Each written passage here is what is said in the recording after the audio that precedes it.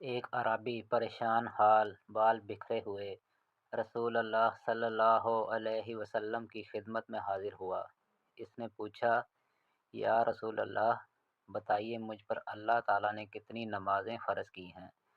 آپ صلی اللہ علیہ وسلم نے فرمایا کہ 5 نمازیں، یہ اور بات ہے کہ تم اپنی طرف سے نفل پڑھ لو۔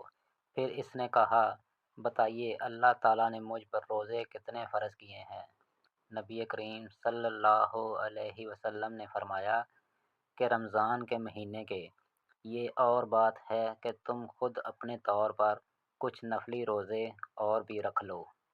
پھر اس نے پوچھا، اور بتائیے زکوٰۃ کس طرح مجھ پر اللہ تعالیٰ نے فرض کی ہے؟ آپ صلی اللہ علیہ وسلم نے اسے شرع اسلام کی باتیں بتا دیں۔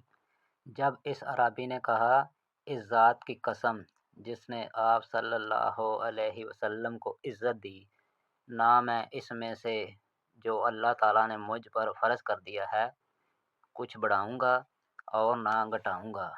اس پر رسول اللہ صلی اللہ علیہ وسلم نے فرمایا، اگر اس نے سچ کہا ہے تو یہ مراد کو پہنچا۔ آپ صلی اللہ علیہ وسلم نے یہ فرمایا کہ اگر سچ کہا ہے تو جنت میں جائے گا۔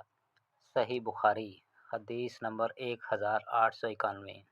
رسول اللہ صلی اللہ علیہ وسلم نے یوم عاشوراء کا روزہ رکھا تھا، اور آپ صلی اللہ علیہ وسلم نے اس کے رکھنے کا صحابہ رضی اللہ عنہ کو ابتدائے اسلام میں حکم دیا تھا۔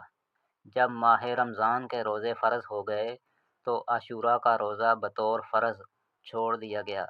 عبداللہ بن عمر رضی اللہ عنہ عاشوراء کے دن روزہ نہ رکھتے، ان کے روزے کا دن ہی یوم عاشوراء آن پڑا۔